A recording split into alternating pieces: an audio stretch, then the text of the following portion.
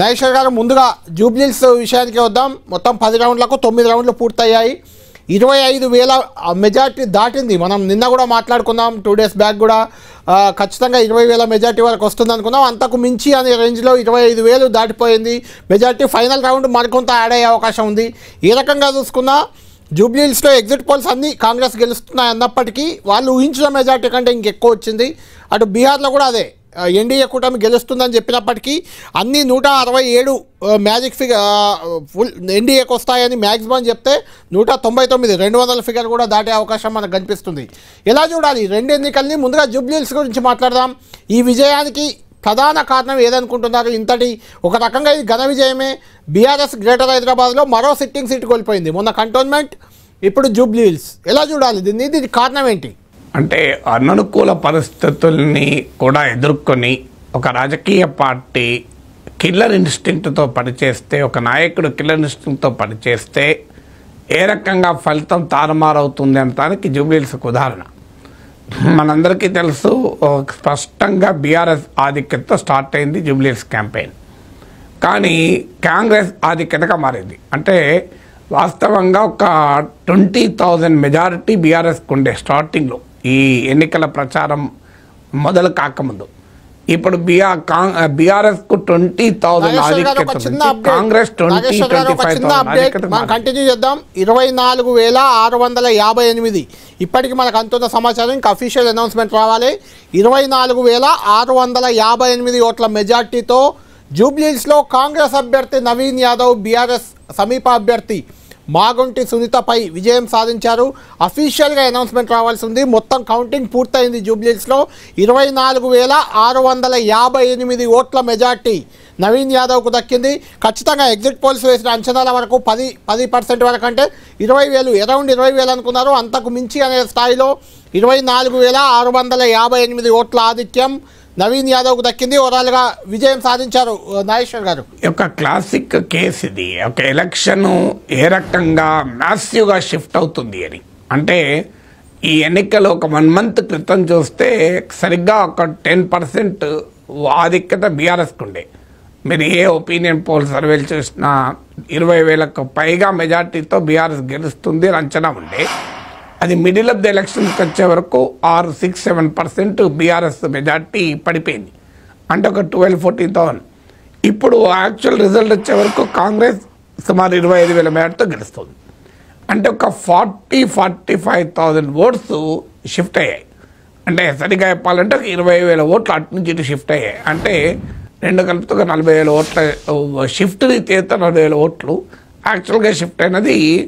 మీకు ఈ massive shift ఎందుకు జరిగింది అంటే, బీఆర్ఎస్కి 20,000 మెజార్టీతో కాంగ్రెస్ 20,000 మెజార్టీగా ఎందుకు మారింది అనేది ఒక క్లాసిక్ కేస్ స్టడీ. అంటే ఒక రాజకీయ పార్టీ, ఒక నాయకుడు కిల్లర్ ఇన్స్టింక్ట్తో చివరి నిమిషం వరకు చేజారిపోతుంది అన్న ఎన్నికను కూడా గెలిపించుకోవచ్చు అనేటువంటి ప్రయత్నం చేస్తే ఎలా ఎన్నికల్లో మార్పు తీసుకురావడానికి జూబ్లీహిల్స్ ఒక ఉదాహరణ.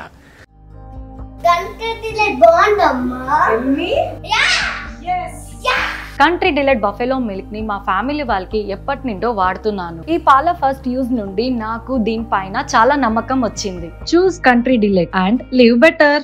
ఎందుకంటే వాస్తవంగా కాంగ్రెస్ పార్టీ ఆ అననుకూలతలతో మొదలైంది. అంటే ఎగనెస్ట్ ఆల్ ఆర్డ్స్ మీకు ఈ సిట్టింగ్ బీఆర్ఎస్ సీటు, 2 క్యాండిడేట్ పట్ల సానుభూతి, 3 బీజేపీ పెద్దగా ప్రభావం చూపని పరిస్థితి డే 1 నుంచి.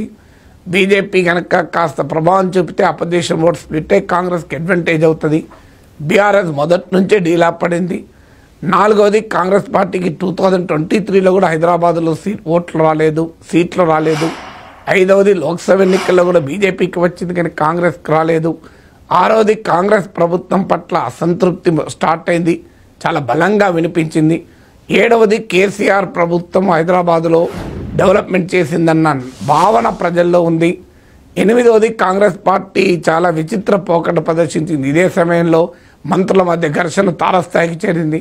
కొండా సురేఖ ఎపిసోడ్ చూసాం, పొన్నం ప్రభాకర్ ప్లస్ లక్ష్మణ్ కుమార్ ఎపిసోడ్ చూసాం, వివేక్ వర్సెస్ లక్ష్మణ్ కుమార్ ఎపిసోడ్ చూసాం.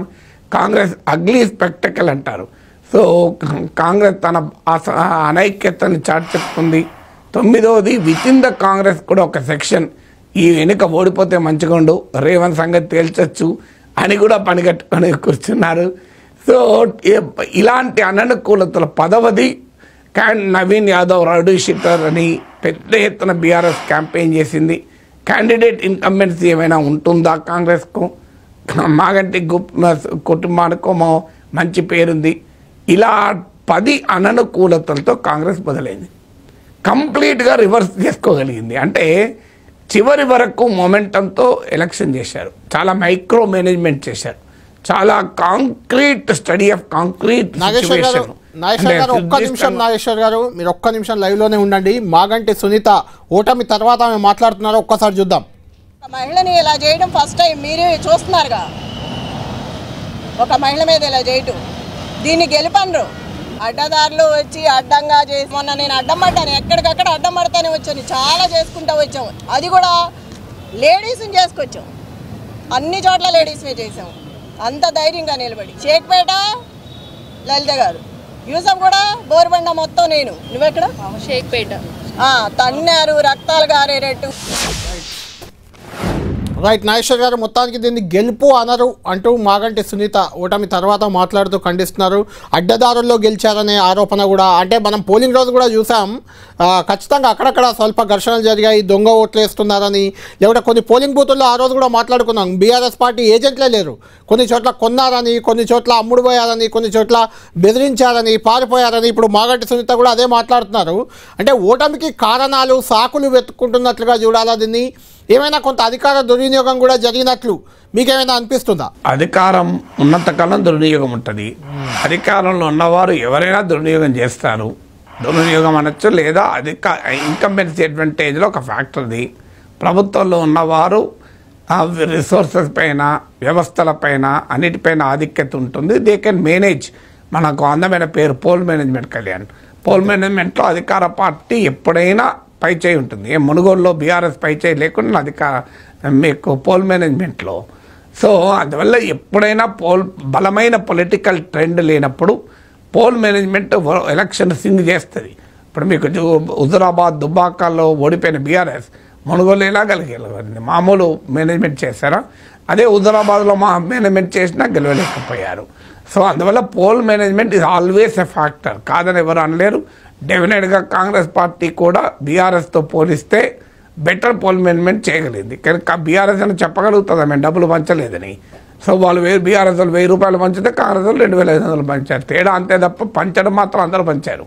సో బీఆర్ఎస్కు గ్రీవెన్స్ ఉండొచ్చు, మమ్మల్ని టాప్ ఆఫ్ వేద్దాం అనుకున్నాం 1000 పైన, కాంగ్రెస్ వాళ్ళు ఇచ్చినాక ఎంత ఇస్తారో చూసుకొని ఇంకో 1000 వేద్దాం అనుకున్నాం, 1000 వేయనీయలేదు, ప్రభుత్వం ఉన్నది కనుక. కానీ గ్రీవెన్స్ ఉండొచ్చు, I can understand.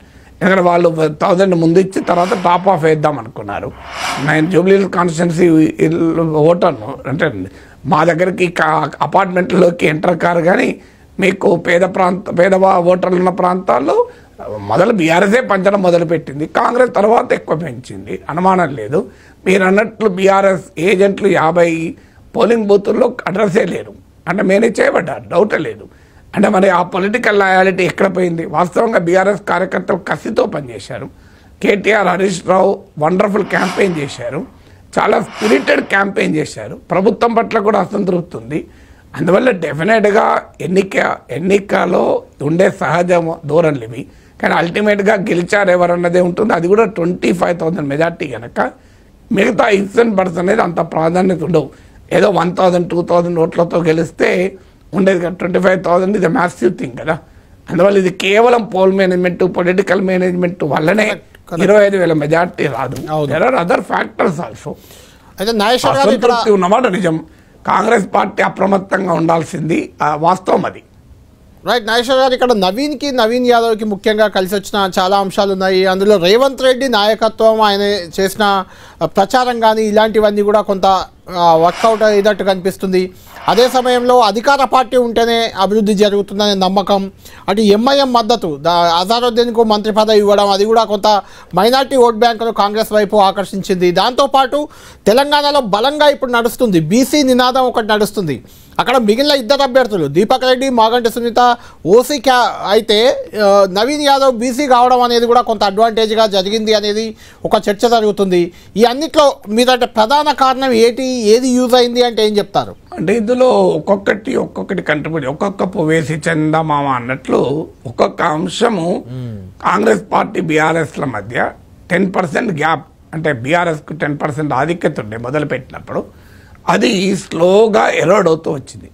Naveen Yadav candidate డెఫినెట్గా కాంగ్రెస్కు పడుతుందని నేను డే 1 చెప్తున్నాను. రౌడీ షీటరు, ఈ పహల్వాన్లు ఇవన్నీ ఆ సాధారణ ఓటర్ల పైన ప్రభావం ఉండదు. మీకు అట్టంటే ఇప్పుడు బీహార్లో ఆనంద్ సింగ్ మర్డర్ అక్యూజ్లో జైల్లో ఉన్నాడు, మంచి భారీ మేడతో గెలిచాడు. సో మన రాజకీయాల్లో పైల్వాన్లకు, దాదాగిరికి, రౌడీజానికి నెగిటివ్ ఫ్యాక్టర్స్ ఏం కావు కదా అవి. సో అది అది ఎఫెక్ట్ అయినట్టు ఎఫెక్ట్ అవుతాడు. రాజకీయాల్లో ఎవరు సత్పురుషులు అనేటువంటి చర్చ మొదలవుతుంది. అందువల్ల నవీన్ యాదవ్కి ఏంటంటే బీఆర్ఎస్ రౌడీ షీటర్ అనే కుటుంబము, ఆ కుటుంబ నేపథ్యాన్ని ఇష్యూగా ప్రొజెక్ట్ చేసింది. కానీ కాంగ్రెస్ పార్టీ ఏమో నవీన్ యాదవ్ యాక్సెసిబిలిటీని ప్రొజెక్ట్ చేసింది. మాగంటి సునీతతో పోలిస్తే నవీన్ యాదవ్ అటు కార్యకర్తలకు యాక్సెసిబుల్, ఇటు ఓటర్లకు యాక్సెసిబుల్ అనే డైమెన్షన్ను కాంగ్రెస్ ప్రొజెక్ట్ చేసింది. అది వాస్తవంగా ఓటర్లకు నమ్మారు. సర్వేలో కూడా మీరు బీఆర్ఎస్ కార్యకర్తలకు కూడా కంపారిటివ్లీ మా క్యాండిడేట్ యాక్సెసిబుల్ కారు అని భావన వ్యక్తం చేశారు. కాంగ్రెస్ ఓటర్ల కార్యకర్తలు నవీన్ యాదవ్ మాకు యాక్సెసిబుల్ అని.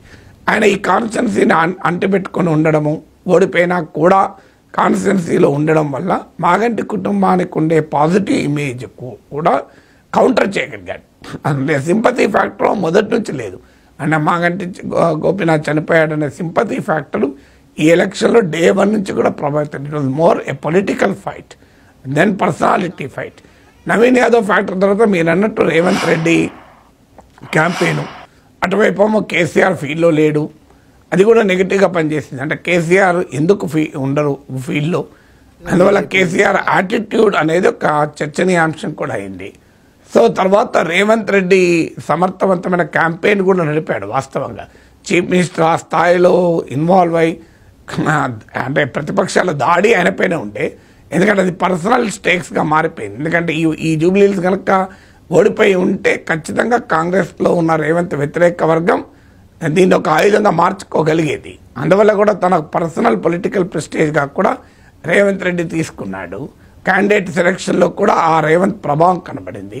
తర్వాత ముస్లిం ఓటు కన్సాలిడేట్ చేసుకోవడానికి బిగినింగ్లో ముస్లిం ఓటు బీఆర్ఎస్కి ఆధిక్యత ఉండే, ఎంఐఎం మద్దతు ఇచ్చినా కూడా దాన్ని స్లోగా కన్వర్ట్ చేసుకునేది. ఇప్పటికీ మీరు గమనించండి, షేక్పేట్ ఏరియాలో మీకు మొదటి రౌండ్లో బీఆర్ఎస్ కాంగ్రెస్ల మధ్య పోటాపోటీగానే జరిగింది.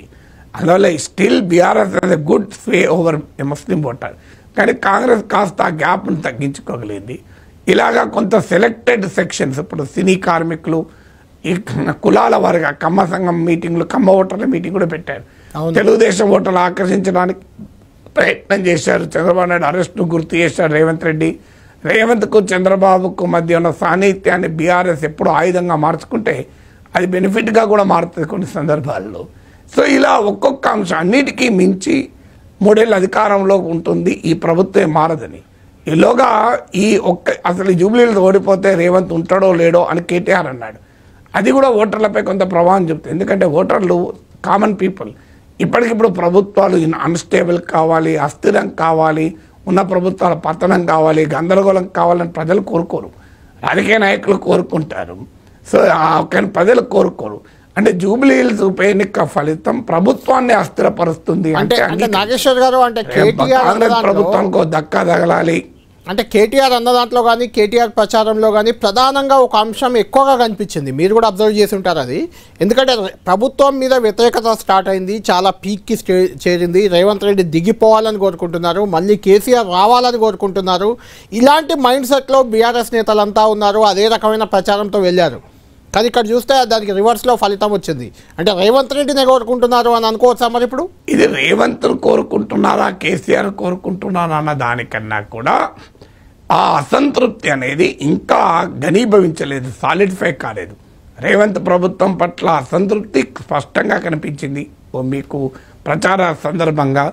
ఈవెన్ కేసీఆర్ కాలంలో షాదీ ముబారక్, రెసిడెన్షియల్ స్కూళ్ళు, ఇతర ఫ్యాక్టర్స్, మీకు పెన్షన్లు ఇచ్చారని, కేసీఆర్ కిట్ అని, ఇవి కూడా పాజిటివ్ ప్రభావం చూపింది. హైదరాబాద్లో డెవలప్మెంట్ అని చూపెట్టింది.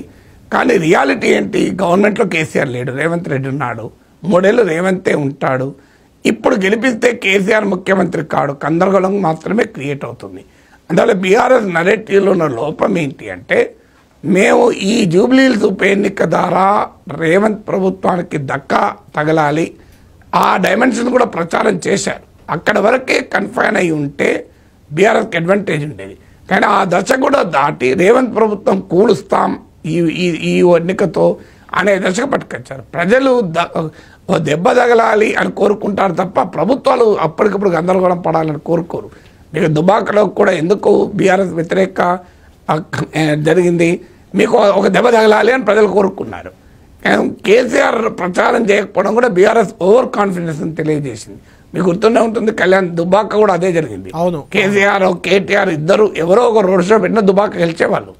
అసలు దుబ్బాక డిఫైనింగ్ ఫీచర్, అది దుబ్బాకతోనే స్టార్ట్ అయింది కదా బీఆర్ఎస్ పత్రం అనేది. అవును, మీరు అందువల్ల ఏ ఎన్నికను నాన్ సీరియస్ గా నాయకత్వం తీసుకుంటే నాగేశ్వర్ గారు ఇక్కడ కేసీఆర్ ప్రచారానికి రాకపోవడం నాన్ సీరియస్ గా తీసుకుందని అనుకోవాలా? కేసీఆర్ దీని వైపు ప్రచారానికి రాకపోవడం, రేవంత్ రెడ్డి కూడా 1-2 ప్రచారాలు అన్నారు అసలు కేసీఆర్ ఓటే అడగలేదు అని ప్రెస్ మీట్ లో, మీట్ ది ప్రెస్ లో కూడా అన్నారు ఆయన. అది కూడా ఏమైనా ఇంపాక్ట్ చూపించిందంటారా? ప్రతి ఫ్యాక్టర్ ఇంపాక్ట్ చూపుతుంది. పబ్లిక్ పర్సెప్షన్ మౌల్డ్ చేయడంలో క్వాంటిఫై చేయలేం మనం దీనివల్లనే అనా. వాస్తవంగా కేటీఆర్, హరీష్ రావు బ్రహ్మాండమైన క్యాంపెయిన్ నడిపారు, మామూలు క్యాంపెయిన్ నడపలేదు. మా ఉదాహరణ మా అపార్ట్మెంట్ కాంప్లెక్స్లో కూడా కేటీఆర్ వచ్చిపోయాడు. సో అందువల్ల కేటీఆర్, హరీష్ రావుల క్యాంపెయిన్లో ఎక్కడా తేడా లేదు, అద్భుతమైన క్యాంపెయిన్ నడిపారు. కానీ అల్టిమేట్గా అటువైపు ముఖ్యమంత్రి క్యాంపెయిన్ నాయకత్వం వేస్తున్నాడు, ముఖ్యమంత్రి రోడ్ షోలు చేస్తున్నాడు. సో కేసీఆర్ ఎందుకు చేయడం లేదు? మీకు గుర్తుండే ఉంటే 2023 అసెంబ్లీ ఎలక్షన్ నా సమీక్షలో నా విశ్లేషణ ప్రతిసారి చెప్పాను, it is a vote against KCR attitude, not on performance అని చాలాసార్లు చెప్పాను. పర్ఫార్మెన్స్ కన్నా కూడా ప్రజలు యాటిట్యూడ్ అంగీకరించలేరు. అందువల్ల అది కూడా ఒక ఫ్యాక్టర్గా ఉంటుంది. అందుకే రేవంత్ దాన్ని రైజ్ చేశాడు కదా. ఇప్పుడు పొలిటికల్ లీడర్లు వట్టిగానే పాయింట్స్ రైజ్ చేయరు, వాళ్ళకు కార్యకర్తల నుంచి, ప్రజల నుంచి, సర్వేల నుంచి ఫీడ్బ్యాక్ వస్తున్న ఆధారంగానే ఇష్యూస్ని రైజ్ చేస్తారు కదా.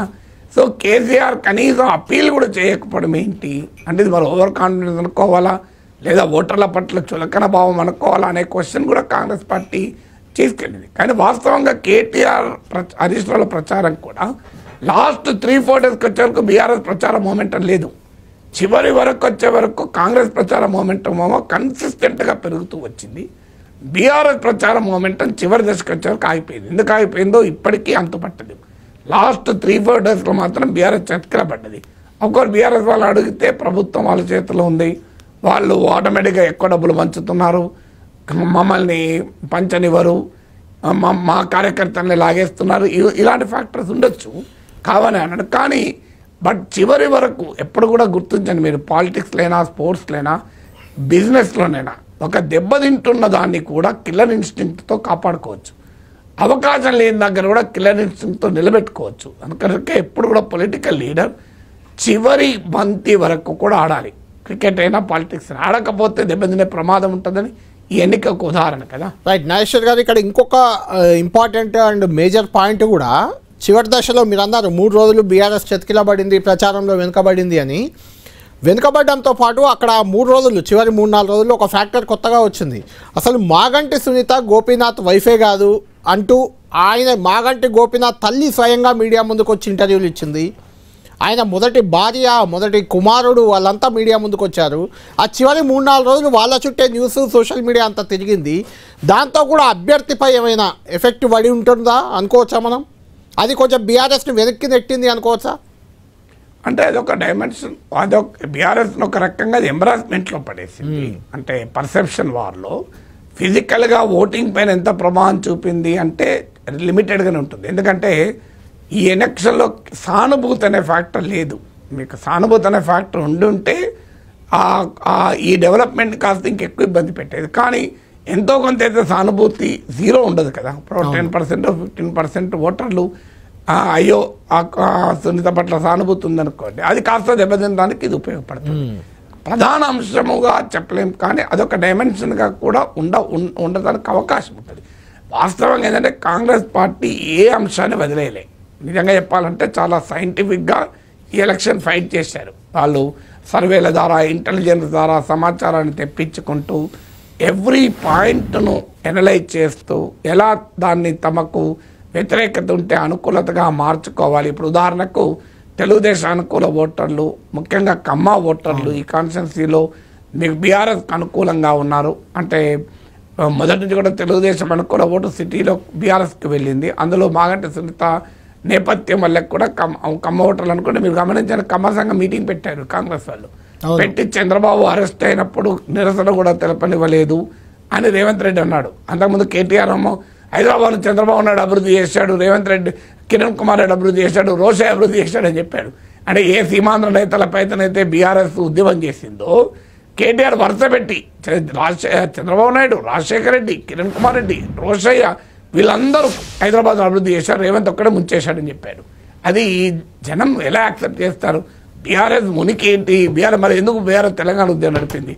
సీమాంధ్ర ముఖ్యమంత్రులు అంత అద్భుతంగా తెలంగాణ అభివృద్ధి చేస్తే, హైదరాబాద్ అభివృద్ధి చేస్తే మరి బీఆర్ఎస్ ఎందుకు ఉద్యమం జరిపింది అనే క్వశ్చన్ వస్తుంది కదా.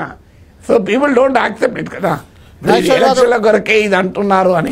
కిరణ్ కుమార్ రెడ్డి పైన అయితే మామూలు పోరాటం కదా. అవును నాగేశ్వర్ గారు, ఇలా ప్రధానంగా చివరి వరకు వచ్చేసరికి రేవంత్ రెడ్డి కూడా మొదట్లో ముగ్గురు మంత్రులకు తుమ్మల నాగేశ్వరరావు, వివేక్, పొన్నం ప్రభాకర్ ముగ్గురు మినిస్టర్లకే ఇన్ఛార్జ్ ఇచ్చారు. మొదట్లో అంతా వాళ్ళే చూసుకున్నారు. చివరికి వచ్చేసరికి ఎవ్రీ డివిజన్కి 2 మంత్రులను రంగంలోకి దింపారు.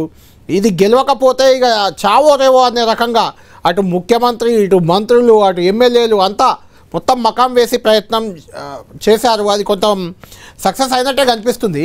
అయితే ఓవరాల్గా తెలంగాణ ఏర్పడిన తర్వాత మీరు అబ్జర్వ్ చేస్తే కేవలం తెలంగాణ ఏర్పడిన తర్వాత నాగార్జున సాగర్లో నోముల నరసింహయ్య చనిపోతే ఆయన కుమారుడికి బీఆర్ఎస్ టికెట్ ఇచ్చి గెలిపించుకుంది. ఆ ఒక్క సెంటిమెంట్ వర్కౌట్ అయింది. అక్కడ జానారెడ్డి ఓడిపోయారు. అది మిలాయిస్తే మిగిలినది పాలేరు కానీ, లేదంటే దుబ్బాక కానీ, నారాయణ ఖేడ్ కానీ ఎక్కడ చూసుకుందా, ఈవెన్ ఇప్పుడు జూబ్లీహిల్స్ కానీ ఎమ్మెల్యే చనిపోతే ఈవెన్ కంటోన్మెంట్ కూడా ఎమ్మెల్యే కుటుంబ సభ్యులకు టికెట్ ఇస్తే ఎక్కడ గెలిచిన దాఖలాలు లేవు. అది మళ్ళొక్కసారి కంటిన్యూ అయినట్టే మనకు కనిపిస్తుంది. అంటే సెంటిమెంట్ రాజకీయాలకు కాలం చెల్లింది అని అనుకోవచ్చా? అదే కాదు, మీకు లింగోజీ కూడా ఉప ఎన్నిక కూడా ఉంది మీకు కార్పొరేటర్, అక్కడ కూడా పనిచేయలేదు సెంటిమెంట్. అవును, గమనిస్తే అది కార్పొరేటర్ ఎన్నికల్లో కూడా కాంగ్రెస్ గెలిచింది, బీఆర్ఎస్ పోటీ పెట్టకపోతే. అవును. సో అందువల్ల మీకు అంటే ఈవెన్ నాగార్జున సాగర్ కూడా ఐ డోంట్ థింక్ అది సెంటిమెంట్ ఫ్యాక్టర్ కాదు. అది అక్కడ కూడా గెలవడానికి పొలిటికల్ ఫ్యాక్టర్. మీకు అంతకుముందు హుజూర్ నగర్ కూడా గెలిచారు కదా బీఆర్ఎస్. ఇంకా అప్పటికి కేసీఆర్ ప్రభుత్వం పైన అసంతృప్తి ఒక స్థాయికి రాలే, క్వాలిటేటివ్ స్థాయికి. అందువల్ల నాగార్జున సాగర్ గెలవలేదు. హుజూర్ నగర్లో ఉత్తమ్ కుమార్ రెడ్డి సిట్టింగ్ సీట్ అది. ఈవెన్ నాగార్జున సాగర్ అన్న BRS sitting seat, Congress sitting seat కూడా బీఆర్ఎస్ గెలుచుకుంది కదా మనకు హుజూర్ నగర్లో. అందులో ఉత్తమ్ కుటుంబానికి మంచి పలుకుబడి ఉన్న కాన్స్టిట్యున్సీ. ఆయన స్వయాన ఎంపీ కావడం వల్ల రాజీనామా చేసినటువంటి సీట్ అది. అయినా కూడా ఆ సీటు కూడా గెలుచుకున్నారు కదా. సో అందువల్ల మీకు తెలంగాణ పాలిటిక్స్ ముందుకు వచ్చినప్పుడు సెంటిమెంట్ పనిచేయవు. సమాజం మారిపోతుంది కదా, ఒకప్పట్లాగా లేదు సమాజం. సో పాలిటిక్స్ డామినేట్ అయినప్పుడు సెంటిమెంట్ ఇష్యూస్గా ముందుకు రావు. సో పాలిటిక్స్ ఆల్వేస్ డామినేట్ కదా. ఇక్కడ కూడా జూబ్లీహిల్స్లో కూడా ఈరోజు పొలిటికల్ ఫైట్, కాంగ్రెస్ బీఆర్ఎస్ల మధ్య పొలిటికల్ ఫైట్. మీకు ఇక్కడ ఇంట్రెస్టింగ్ డైమెన్షన్ బీజేపీ అడ్రస్ లేకుండా పోవడం ఒక ఇంట్రెస్టింగ్ డైమెన్షన్ కూడా. సో అందువల్ల అది కూడా కారణం పొలిటికల్ ఫైట్. ఇది essentially Jubilee Hills was a political fight. అందువల్ల ఇక సెంటిమెంటు, ఇతర ఫ్యాక్టర్సు అన్నీ కూడా వాటి ప్రాధాన్యత తగ్గిపోతుంది. రాజకీయంగా అసంతృప్తి కాంగ్రెస్ ప్రభుత్వం పైన ఉంది. ఆ అసంతృప్తి మేనేజబుల్ లెవెల్లో ఉందా, అన్మేనేజబుల్ లెవెల్లో ఉందా అనేదే పాయింట్. ప్రతిసారి అసంతృప్తి ఓటమికి దారి తీయదు. అసంతృప్తి ఉంటుంది, అన్ని సందర్భాల్లో అది ఓటమికి దారి తీయదు. కొన్ని సందర్భాల్లో మాత్రమే అది ఓటమికి దారి తీస్తుంది. కొన్ని సందర్భాల్లో అది మేనేజబుల్గా ఉంటుంది, కొన్ని సందర్భాల్లో అన్మేనేజబుల్గా ఉంటుంది. ఇక్కడ ఇంకా మేనేజబుల్ లెవెల్స్లోనే అసంతృప్తి ఉంది అనేది ఇక్కడ క్లియర్గా అర్థమవుతుంది. అంటే బీఆర్ఎస్ చాలా ఇంకా ఎక్కువ వర్క్ చేయాలి, కాంగ్రెస్ పార్టీ జాగ్రత్త పడాలి. రైట్ నాగేశ్వర్ గారు, ఇంకా మెయిన్ పాయింట్ ఫైనల్గా కంక్లూడ్ చేద్దాం ఈ జూబ్లీహిల్స్ నియోజకవర్గానికి సంబంధించి. ఎందుకంటే ఈ జూబ్లీహిల్స్ గెలుపు అనేది కాంగ్రెస్ పార్టీలో కొంత ఆత్మస్థైర్యాన్ని ఆత్మవిశ్వాసాన్ని పెంచితే బీఆర్ఎస్ కొంచెం డీలా పడిపోయే అవకాశం అయితే కనిపిస్తుంది. ఈ నేపథ్యంలో రానున్న రోజుల్లో స్థానిక ఎన్నికలు, జిహెచ్ఎంసీ ఎన్నికలు ఉన్నాయి. దీంతోపాటు 10 మంది ఎమ్మెల్యేలు పార్టీ మారారు. వారి మెడపై అనర్హత ఉచ్చు వేలాడుతుంది. ఈ ఊపులో ఇంకొంతమంది ఎమ్మెల్యేలను తీసుకొని బీఆర్ఎస్ ఎల్పీనే విలీనం చేస్తామనేది కాంగ్రెస్ వ్యూహరచనగా కనిపిస్తుంది. ఈ అన్నిటి ఎఫెక్ట్, ఈ ఎన్నిక ఎఫెక్ట్ వీటన్నిటిపై ఏమైనా ఉంటుందా, ఉండదా, ఫ్యూచర్లో ఎలా ఉండబోతుంది? అంటే డెఫినెట్గా ఇప్పుడు కాంగ్రెస్ వైపు నుంచి మరింత మంది బీఆర్ఎస్ ఎమ్మెల్యేలు లాక్కోవడానికి ప్రయత్నం జరుగుతుంది. కానీ ఇప్పుడు నిజంగానే ఫిరాయింపుదారుల సీట్లు ఖాళీ అయిపోయి ఇటీవల కలకత్తా హైకోర్టు కూడా ముకుల్ రాయ్ జడ్జిమెంట్ ఇచ్చింది డిస్క్వాలిఫై చేస్తూ. డిస్క్వాలిఫై అయితే ప్రతి ఎన్నిక జూబ్లీహిల్స్ ఎన్నిక కాదు, అది మర్చిపోకూడదు. సో కాంగ్రెస్ పార్టీ కూడా జాగ్రత్త పడాల్సింది. జూబ్లీహిల్స్లో కాంగ్రెస్ పార్టీ ఒక రకంగా భూమి ఆకాశాలను ఏకం చేసింది. మూవింగ్ హెవెన్ అండ్ ఎర్త్ అని ఒక అసాధ్యమైన దాన్ని సుసాధ్యం చేసింది. అది సింగిల్ ఎలక్షన్లో చేయగలుగుతారు. మీరు ఒక భారీగా ఎన్నికలు వస్తే చేయలేరు. ప్రతి సందర్భంలోనూ అది సాధ్యం కాదు కదా. ఒక ఎన్నికలో సాధ్యమైంది, ప్రతి ఎన్నికలో సాధ్యం కాదు. అందువల్ల ఉప ఎన్నికలంటూ వస్తే కాంగ్రెస్ పార్టీకి సవాల్, అఫ్కోర్స్ బీఆర్ఎస్ కూడా సవాల్. సిట్టింగ్ సీట్లు నిలబెట్టుకోవాలి కనుక. ఇప్పుడు ఇది సిట్టింగ్ సీటు హైదరాబాదులో, అందువల్ల డెఫినెట్గా బీఆర్ఎస్ ఎమ్మెల్యేలు మరింత మందిని తీసుకోవడానికి ప్రయత్నం చేస్తుంది. బీఆర్ఎస్ నుంచి బీజేపీకి వలసలు అనేది క్వశ్చన్ మార్క్గా మారిపోతుంది. ఎందుకంటే బీజేపీ హైదరాబాద్లోనే ప్రభావం చూపలేదు. అన్నిటికన్నా ఎక్కువ ఇంపాక్ట్ జిహెచ్ఎంసీ ఎన్నికలపైన ఉంటుంది. ఇప్పుడు ఒక మోడల్, ఒక ప్రోటోటైప్ కాంగ్రెస్కు దొరికింది. సో ఏంటి ఆ ఒక రెసిపీ లేదా ఒక మోడల్, ఇంకో this is how to win election.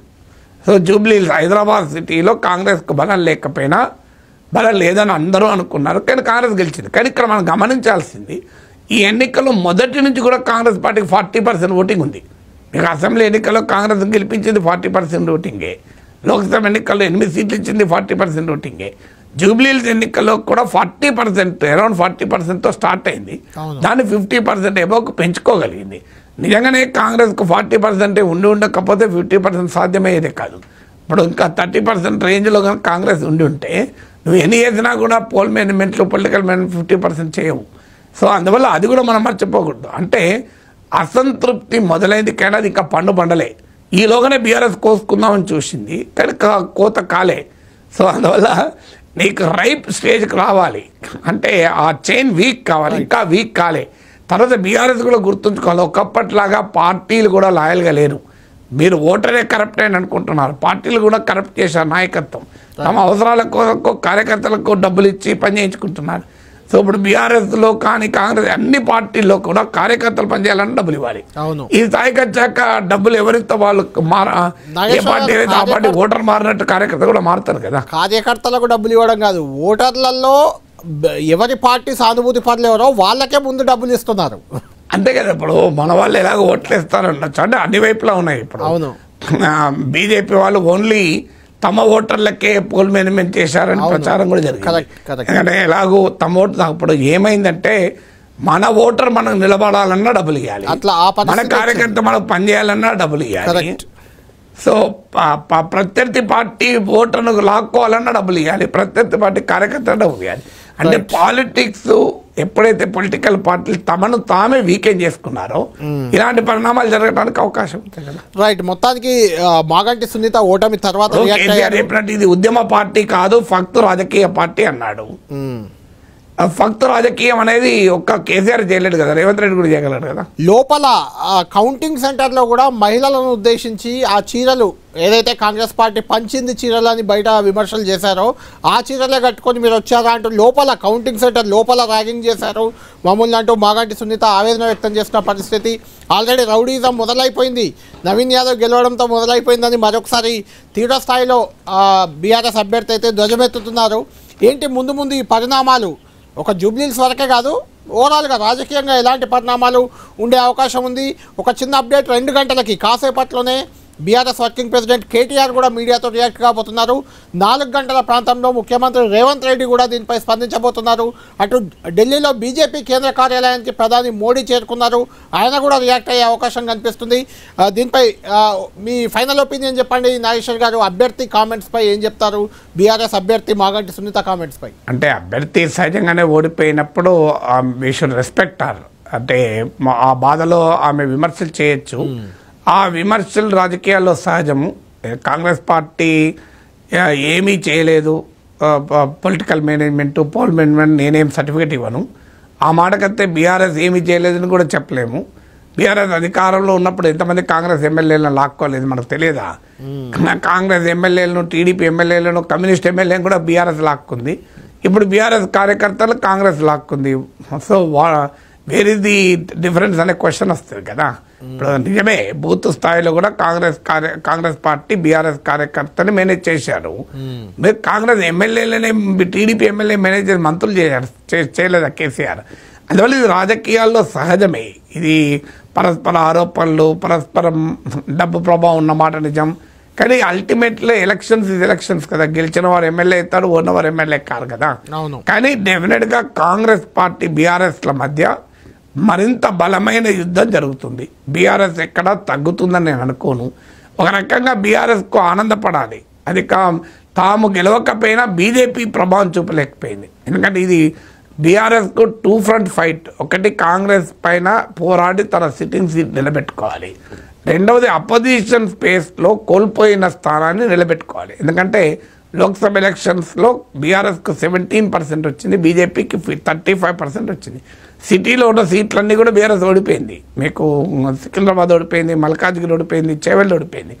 అందువల్ల బీఆర్ఎస్ హ్యాపీ కావాల్సింది ఏంటంటే BJP is not in the field. అంటే రేపు కాంగ్రెస్ పట్ల అసంతృప్తి పెరిగితే అది ఆటోమేటిక్గా బీఆర్ఎస్కి అడ్వాంటేజ్ అవుతుంది కదా. సో మీకు ఆ బీజేపీ పోటీలో లేకుండా చేయడం రేపు జిహెచ్ఎంసీ ఎన్నికలకు కూడా బీఆర్ఎస్కి అడ్వాంటేజ్ అవుతుంది. Right, okay.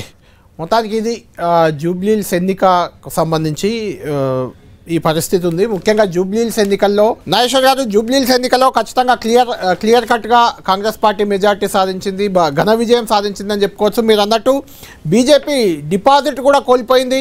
10,000 ఓట్ల మార్కు మాత్రం దాటింది. కనీసం 10,000 ఓట్లు తెచ్చుకుంది. అంటే బీఆర్ఎస్ కాంగ్రెస్ మెజార్టీ ఓట్లు కూడా అలా 2 పార్టీల మధ్య ఉన్న మెజార్టీ గ్యాప్ కూడా వీళ్ళకి రాలేదు బీజేపీకి.